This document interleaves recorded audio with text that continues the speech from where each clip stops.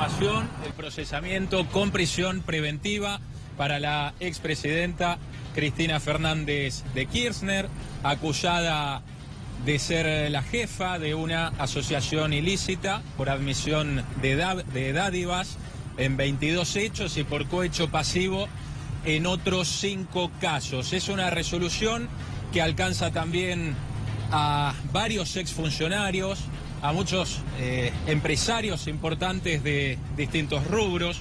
Se ha expedido Bonadío en más de 500 páginas en las cuales describe cuál sería el funcionamiento de esta supuesta asociación ilícita entre los años 2003 y 2015. Les decía, hay otros procesados, exfuncionarios, los casos de Julio De Vido, Roberto Barata, José López, Oscar Centeno, el chofer, por supuesto, que aportó los cuadernos con información, Oscar Parrilli, y como comentábamos, empresarios. También el embargo dictado por Bonadío hacia la expresidenta por 4.000 millones de pesos, y algo que queda pendiente, Iván, que tiene que ver con el pedido de desafuero hasta que la Cámara Federal revise la decisión que se firmó el lunes. Si se confirma el procesamiento, bueno, entonces allí sí Bonadío pediría desafuero. También a tener en cuenta que en el día de mañana debería presentarse Cristina Kirchner aquí en los tribunales. Esto tiene que ver con otra causa, aquella denominada la ruta del dinero K. Está previsto para las 10:30. En este caso, bueno, el juez que interviene es Sebastián Casanelo. Aquí estamos atentos, Iván, ante los movimientos en la puerta de tribunales de Comodoro Pi. Sabemos que hasta el día de ayer, bueno, en el caso de Cristina, estaba en el Calafate. Habrá que ver qué sucede mañana y si se presenta aquí en tribunales. Perfecto, Cris. Volvemos entonces en cualquier momento. Si ves algún movimiento o alguna novedad allí en Pi 2002, en el Bajo Porteño. ¿Alguna ampliación de los indagados del día de hoy? La determinación que hizo el doctor Claudio Bonadío, Cristina Kirchner, Julio De Vido, Oscar Parrilli, en su momento lo fue Juan Manuel Abalmedina. De los empresarios, Hugo Ornequian, Santos Uribe Larrea, el negro Luis Cayetano Betnaza, de Techint, Javier Fernández.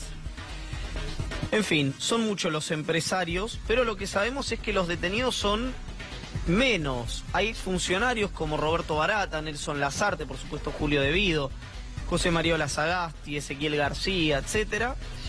Y hay otros empresarios con menos relaciones con el Poder Ejecutivo, por llamarlo de algún modo, el Poder Ejecutivo actual, como es el caso de Gerardo Ferreira, de Electroingeniería, o Juan Carlos Lascurain, el ex titular de la Unión Industrial Argentina. De allí se desprenden varios arrepentidos, entre los que, si yo no estoy equivocado, ahora lo quiero hablar con Gabriel Morini cuando venga, se destaca, por supuesto, Claudio Uberti y José López en su carácter de exfuncionarios, el chofer memorioso Oscar Centeno, que no califica directamente como funcionario, sí, pero sí como parte de la administración pública, Ángelo Calcaterra, Carlos Wagner, y no mucho más dentro de lo que es el gran empresariado argentino, porque, por ejemplo, a Héctor Zabaleta se le ha dictado la falta de mérito. Héctor Zabaleta, el sindicado dentro de Techint. Mi duda respecto a esto es por qué hay algunos empresarios o algunas empresas cuyos directivos, cuyos accionistas principales, es decir, les tradujo, cuyos dueños están presos, y por qué hay algunas empresas entre las cuales los accionistas ni siquiera fueron citados a declarar, y quienes sí lo hicieron fueron sus gerentes, en algunos casos, como por ejemplo el de Techint, su gerente de relaciones institucionales. Es decir, le traduzco lo que quiero saber, y ahora se lo voy a preguntar a Gabriel Morini. Es una pregunta que me parece nos estamos haciendo todos los que creemos que lo que cuentan los cuadernos es verosímil, que se hace extensivo a toda la clase política, que así como seguramente un esquema de acumulación hasta más o menos el año, bueno, dice 2015 Centeno, en algún momento se hablaba de el corte en el año 2010, después de la muerte de Néstor Kirchner, también lo hubo en la provincia de Buenos Aires en la campaña de Esteban José Bullrich Ocampo, y lo ha habido cuando uno lee, por ejemplo, el libro La raíz de Hugo Nadamón en otros esquemas de la política argentina. La pregunta es por qué, por ejemplo, y lo digo con total franqueza y para tratar de entenderlo desde el punto de vista técnico, por qué los dueños entonces de IEXA en el año 2004 están libres y Gerardo Ferreira está preso. Es decir, porque en algunos casos los sindicados como responsables son los dueños y en otros casos los sindicados como responsables son los presidentes del directorio de la empresa. Por ejemplo, nosotros hemos mostrado aquí, no habría demasiada dificultad en buscar y mostrárselo otra vez en alguno de estos días, si ustedes quieren, y si la producción así lo determina, los balances de la empresa IEXA del año 2002 al año 2014. Después se pueden ver también en SACDE, la nueva empresa, la empresa de Marcelo Mindlin, que dicho sea de paso, en esa empresa figura un abogado que quiso comprar este grupo de medios. Es un dato que uno podría pensar, si fuera mal pensado y uno no lo es, que a lo mejor el gobierno estuvo detrás de la compra de este grupo de medios. Pero esa es harina de otro costal. Estamos esperando que llegue Gabriel Morini, así que mientras tanto, y para conocer el revoque fino, para desagregarlo técnicamente, primero queremos recordar con ustedes algo que pasó el fin de semana, porque ustedes recordarán que hubo un allanamiento ya hace unos cuantos días a la casa de Cristina Kirchner en el Calafate, y la expresidenta denunció y mostró a través de un video varias irregularidades cometidas por los oficiales, pero en realidad que los responsables obviamente son los que han dado la orden, en este caso Claudio Bonedio. Escuchemos a la expresidenta. En casa de Calafate, llegué anoche procedente de Capital Federal y bueno, esta casa hace 3 semanas fue más que allanada, literalmente tomada por la gente que Bonadío envió acá, no para recabar información en la investigación de la causa que tiene a su cargo, sino simplemente como un paso más, como un capítulo más de humillación y de persecución, fundamentalmente. Se dijo de todo durante 3 días, qué subsuelos, qué cosas. Bueno, mira, yo quiero que me acompañes porque te quiero mostrar lo que pasó. Realmente pasó lo que dije que iba a pasar. ¿Vos te acordás que cuando se discutió esto en el Senado yo había pedido que por favor se establecieran las condiciones para que no se rompiera nada y para que no fuera sustraído nada que fuera del ajuar de la casa y que no tuviera que ver absolutamente nada con la investigación? Bueno, todas mis peores prevenciones o mis peores predicciones, desgraciadamente, se cumplieron. Yo igualmente quiero agradecer a los 19 senadores y senadoras que me acompañaron en aquella, no condicionamiento como quisieron presentarlo, sino conociendo quién es Bonadío, yo sabía lo que iba a pasar y quiero mostrarles lo que realmente pasó. Esto es lo que pomposamente algunos medios de comunicación hegemónicos llamaban el gimnasio de mi casa. ¿Qué gimnasio? Una cinta, no me rompas nada, nene, por favor, que ya bastante me rompió Bonadío. Una cinta, una bicicleta, no sé cómo se llama esto, y otro aparato. Esto es lo que se llamó pomposamente el gimnasio, que está en la planta baja de mi casa. De acá vinieron a buscar, sabe Dios qué cosas, de millones de dólares, lingotes, no sé, lo único que se llevaron fueron las bandas nuestras presidenciales, los bastones presidenciales míos, de Néstor y del expresidente Héctor J. Cámpora, cuya familia le había dado a Néstor en el año 2006 en un emotivo ceremonia en el Salón Blanco, le había dado para que él las tuviera el bastón y la banda. Sin embargo, durante días se especuló que el bastón presidencial, de quién sería, que me había apoderado, que, bueno, en fin. Finalmente, los mismos que decían que nos habíamos apoderado de un bastón presidencial que no se sabía de quién era, algunos especularon con que era de Frondizi, bueno, tuvieron que poner que la familia Cámpora había dicho que nos había dado un bastón similar. Fíjate vos la terminología que emplean, que nos habían dado un bastón similar. No nos habían dado un bastón similar, nos habían dado el bastón de Héctor J. Cámpora. Pero bueno, en fin, ¿qué pasó ese día? 3 días estuvieron en esta casa. Y bueno, y lo único que encontraron, el expediente de Hipólito Yrigoyen, lapiceras, encontraron las espadas, la réplica de las espadas de Bolívar, una que le había regalado a Néstor Hugo Chávez y otra que me había regalado a mí. Bueno, como no encontraban nada, se ensañaron con esta parte de la casa porque creían que esta pared escondía, no sé, una bóveda, y empezaron con perforaciones de aquí que no dieron resultado. Entonces, ¿qué hicieron? Pasaron a lo que es el escritorio de Néstor, que está por acá. Este es el escritorio de Néstor. Lo dieron literalmente vuelta. Pero no solamente eso. Comenzaron a hacer perforaciones, esta es la primera, y como no les dio resultado, terminaron rompiendo la pared. Esta es toda la pared rota, la descuartizaron prácticamente. ¿Y qué encontraron del otro lado de la pared? Los cimientos de la casa. Acá están, es hormigón armado, lo perforaron por todas partes, pero no solamente eso, siguieron perforando, acá también perforaron, y comenzaron a perforar y romper, por acá, por favor, ven. Acá también rompieron, acá rompieron, vinieron acá haciendo perforaciones, y no encontraron. 1 día y medio de los 3 días que duró la casa tomada, 1 día y medio estuvieron acá en el despacho de Néstor trabajando. 1 día y medio. Mirá cómo dejaron la pared. Vení para acá atrás. Esto es un colador. Esto es toda la pared, toda perforada,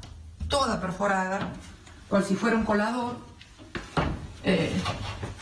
Ya habían escaneado previamente, y el escáner les había dado todo negativo, pero como tenían que encontrar algo porque tenían una jauría de mobileros y periodistas de los medios hegemónicos en la puerta, no podían salir con las manos vacías. Entonces tenían que encontrar algo, perforaron todo, bueno, siguieron 1 día y medio, repito, estuvieron acá adentro. Esto decía la expresidenta antes, por supuesto, de anoticiarse del procesamiento dictado por el juez Claudio Bonadio, pero bien anunciado que estaba esta decisión que tomó el titular del Juzgado Federal 11. Ya está Gabriel Morini con nosotros. Gaby, bienvenido, muy buenas tardes. Muy buenas tardes, Iván. Así es, el 6º procesamiento para Cristina Kirchner en el marco de una causa, quizás con el agregado de que aquí en este expediente hay una nómina bastante extensa de empresarios que no están puestos en pie de igualdad con los exfuncionarios por la manera en la que está redactado el procesamiento. Tampoco es que están específicamente colocados como víctimas, pero sí en un escalón inferior al de los exfuncionarios del Ministerio de Planificación, que aparecen como quienes se aprovecharon de sus cargos para realizar un esquema ilegal de recaudación de dinero. Esto es por qué, prácticamente Gaby? el eje, prácticamente es el eje que articula todo el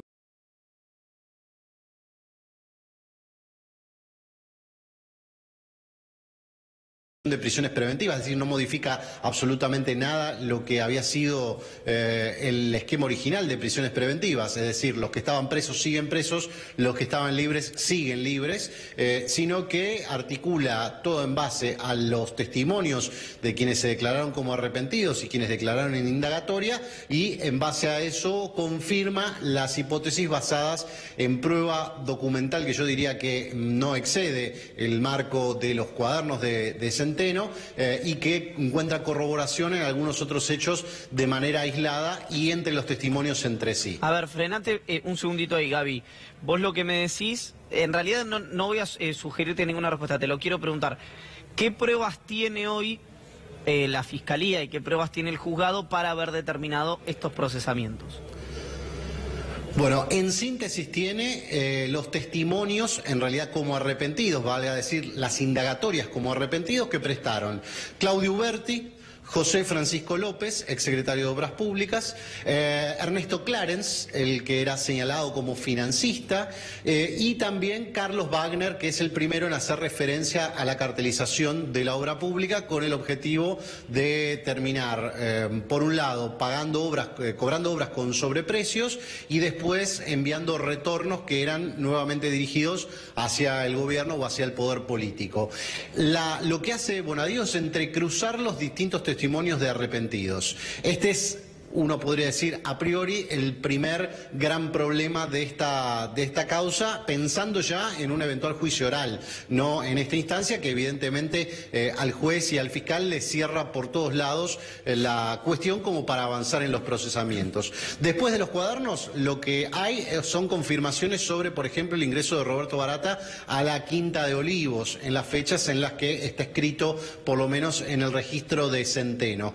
Esta cuestión, uno podría decir que es la que estructura prácticamente todo el relato que hace el juez, donde obviamente pone a Cristina Kirchner a la cabeza de una serie de maniobras con el objetivo de crear una asociación ilícita y perpetuarla durante su mandato para recaudar fondos ilegales, y por el otro lado consigue que ciertos empresarios, podríamos decir hasta incluso algunos que parecen como con obediencia debida, algunos empresarios o ejecutivos que en realidad son los que aparecen en los cuadernos, pero aquí terminan con una suerte de falta de mérito, como por ejemplo Javier Sánchez Caballero de IEXA, que es por ahora no está procesado, como si su jefe y cabeza de la empresa, Ángelo Calcaterra, el primo del presidente.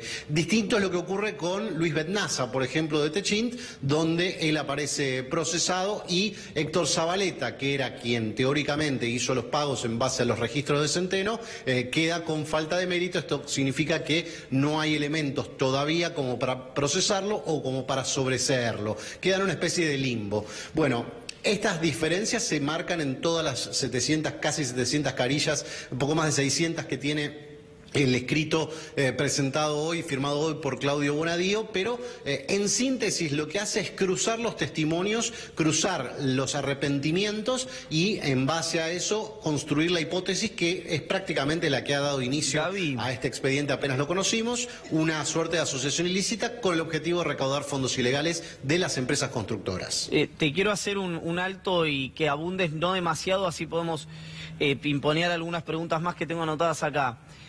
Las pruebas entonces son los testimonios que cruzan, o sea, declaraciones, digamos, testimoniales de, en algunos casos, de imputados, es decir, arrepentidos. De arrepentidos, claro, ok, bien, de imputados colaboradores.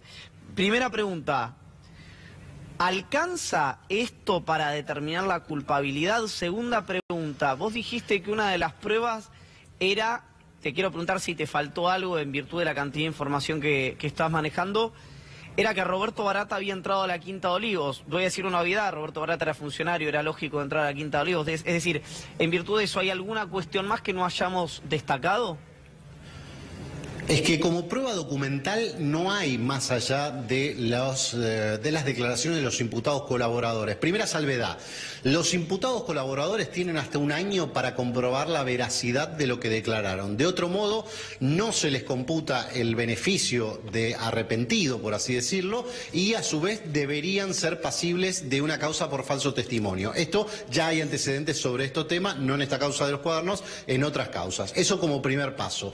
Para definir estos procesamientos, Bonadío se apoyó casi exclusivamente en esta cuestión, mencionando como importantes a Clarence, a López, a Uberti y a Wagner, entre otros arrepentidos. También está mencionado, por ejemplo, Leonardo Fariña, que uno podría decir qué aporte hizo Leonardo Fariña. Bueno, prácticamente un calco de lo que había dicho en su momento para la causa de Lázaro Báez, referido al tema de lo que él creía ver o suponía que eran pagos o retornos al Ministerio de Planificación. Toda la cúpula del Ministerio de Planificación procesada por el mismo rol que le asigna el juez desde el día 1. Y el resto de las cuestiones, evidentemente, cuando esto llegue a un juicio oral, y para tratar de responderte, si se quiere, técnicamente algo que no está respondido en el procesamiento, la ley del arrepentido no prevé que se utilice como única prueba las declaraciones de los imputados colaboradores como para confirmar los delitos. Al juez parece que esto le alcanza en esta instancia, y por eso digo, ya tendríamos que estar pensando si esto va a ser efectivo a futuro en un eventual juicio oral, porque no es una causal contemplada como prueba indubitable el hecho de que haya imputados colaboradores y que aún así haya coincidencias entre algunas declaraciones de imputados colaboradores. Debería haber más elementos como para terminar de configurar la causa. Por ejemplo, lo que no está especificado es si hay desembolsos de dinero por parte de las empresas y si eso se pudo confirmar más allá de los escritos, ¿se entiende? Más allá de que los empresarios hayan dicho que aportaron, no hay un respaldo documental donde se afirma cómo, cuándo y dónde salió ese dinero. Sobre el destino, está mencionado el tema del patrimonio de Daniel Muñoz, aquel patrimonio que no cerraba por lo pronto para la justicia y estuvo denunciado, y el propio juez Bonadío fue uno de los que sobreseyó a los exsecretarios presidenciales tanto de Néstor como de Cristina Kirchner en su momento por no encontrar esas inconsistencias patrimoniales. Bueno, todo esto vuelve a ponerse en juego ahora en este procesamiento y eventualmente tendrá que en algún momento ser probado con algún tipo de prueba documental. Gaby, ahí tengo una pregunta, decime por sí o por no y quiero avanzar con algo más. ¿Pueden dos veces investigar a alguien por un hecho en el que ya fue sobreseído, en este caso de Muñoz? Y si en realidad no debieran ser por los mismos hechos, digamos, si se configurara un hecho distinto, es decir, a ver, estamos casi en materia inaugural en muchas cuestiones de índole procesal, ¿no? Porque lo concreto es que, por ejemplo, no hay muchas explicaciones para la justificación de las prisiones preventivas en esta instancia, y aún así se mantienen, y hay otras cuestiones que uno podría decir, bueno, pero muchas de ellas se tocan con asuntos derivados con Odebrecht. El juez reenvía algunos de sus hallazgos o de las cuestiones que encontró en la causa al juez Marcelo Martínez de Giorgi por la causa Odebrecht, pero tampoco es tan relevante ese punto, no hace eje en ese punto. Ahora bien, si uno configura una asociación ilícita, es distinto de enriquecimiento ilícito y no lo están intentando comprobar de esta manera. En el caso testigo va a ser lo que ocurra quizás con José López, porque con la declaración de López como arrepentido, lo que busca también en su estrategia defensiva es quedar eximido de la causa de enriquecimiento ilícito, porque si no es su dinero el que estaba manejando, entonces no habría tantos elementos de peso como para juzgarlo por enriquecimiento ilícito, y sí sería parte de esta supuesta asociación ilícita. Te quiero preguntar por último brevemente, ¿por qué algunos empresarios, o en el caso mejor dicho, de algunas empresas, los que están, y es algo que abundaste o que dijiste en el caso Zabaleta Bennaza, pero quiero detenerme ahí, ¿por qué están detenidos los dueños en algunos casos? ¿Por qué en otros casos los dueños no están detenidos? ¿Por qué en algún caso los responsables son, por ejemplo, los presidentes del directorio de las empresas, como es el caso de Ángelo Calcaterra, y no los dueños? Recordemos, lo hemos dicho, lo hemos hablado nosotros incluso, en 2003, 2004, 2005 no era Ángelo Calcaterra el dueño de IEXA. ¿Se han podido desagregar esas diferencias en el fallo del doctor Bonadío? La verdad es que no está especificado el criterio bajo el cual se determinaron las prisiones preventivas, y marcábamos estas diferencias. Por ejemplo, el grupo Techint no fue ni siquiera convocado a indagatoria Paolo Roca, que es el número 1 del grupo Techint. Sí fue indagado y sí está en calidad de imputado sin prisión preventiva Luis Bennaza. Y sí está con falta de mérito quien aparece en los escritos de Centeno como quien entregaba el dinero, que es Héctor Zabaleta, que recordemos fue detenido inicialmente, fue detenido a los pocos días de comenzado este caso. Después fue liberado cuando Bennaza se allanó a ir al juzgado de Bonadío y declaró lo que declaró. En el caso de Calcaterra aparece algo prácticamente inverso. ¿Por qué? Porque Javier Sánchez Caballero, que es quien aparece en los registros de Centeno como haciendo los pagos, sucesivos pagos, no aparece procesado sino con falta de mérito, y Ángelo Calcaterra aparece procesado sin prisión preventiva. No hay registro de por qué no se convocó, no se extendió, dado que el juez hizo esta salvedad en un momento muy acuciante de la causa, cuando hizo el primer recorte desde 2008 a 2015 y después debió extenderlo hacia el 2003, no hay explicaciones de por qué, o si va a hacerlo en una segunda instancia, convocar a indagatoria a quienes se figuraban como titulares de las empresas en aquel momento. Repetimos, son los puntos ciegos que tiene este procesamiento, que yo te diría no se aparta una coma de la hipótesis inicial ocurrida el día 1, desde que apareció, desde que estalló el caso. Prácticamente es idéntico, solamente ahora sí hilvanado por los testimonios de los imputados colaboradores, que hacíamos esta salvedad, de alguna manera tendrían que tener algún otro tipo de corroboración si esto pretende que se llegue a juicio, haciendo uso legítimo de la herramienta del arrepentido, que es un indicio mucho más que válido, pero que no significa una prueba de contundente o la única prueba a la que debería arribar un expediente en esta instancia de juicio. Clarísimo, Gaby. Gracias. Hasta luego. Lo hemos dicho, ¿no? Más de una vez, la causa, muchas de las cuestiones que dicen los cuadernos de centeno son verosímiles, muchas uno estima, pero no alcanza esto para una condena, sean verdad. Ahora, francamente, que la causa la lleve Claudio Bonadío y Carlos Stornelli le quita una legitimidad que debería tener. Y hay jueces federales en Comodoro Pi que podrían llevar adelante esta causa. Lo que pasa es que además que uno cuando mira para arriba, mira la Cámara Federal, mira algunas salas de casación y mira lo que ocurrió en la Corte Suprema, no tiene demasiada confianza en que el proceso que se está llevando sea de justicia, sino más bien que parece ser netamente una empresa de demolición perfectamente creada para, en este caso, destruir la figura de la principal dirigente política opositora. Lo cual, reitero, es un problema, porque seguramente hay puntos para investigar, pero acá no se está investigando nada. Si usted lee entre líneas de lo que decía Gabriel Morini, lo que está ocurriendo es un proceso de búsqueda de una revancha personal, que además se sabe en virtud de algunas cuestiones irregulares que hizo el kirchnerismo con el hijo de Claudio Bonadío, y que Bonadío las está zanjando desde su lugar de juez federal. Nada que tenga que ver con la búsqueda de justicia en este caso. Y quiero decir algo respecto muy breve. Pasó algo muy grave y lo vamos a... Gustavo Silvestre lo va a abundar, así que yo dejo solamente el título. Reabrieron una causa contra Federico Delgado y contra Sergio Rodríguez. Federico Delgado, fiscal federal, que ha procesado, si no estoy equivocado, procesó a Cristina Kirchner, fue el fiscal que pidió las sentencias en 11, Sergio Rodríguez ha investigado a todos los gobiernos, de una extracción de origen radical del esquema de la Oficina Anticorrupción, en fin, nada que ver con el gobierno anterior. Les reabrieron una causa por investigar al jefe de los espías, a Gustavo Héctor Arribas. Esto hizo la Cámara Federal, la que tiene que determinar si lo que hizo Bonadío está bien o mal. Lejos, francamente, de un proceso de justicia. De lo que sí estamos cerca es de una situación de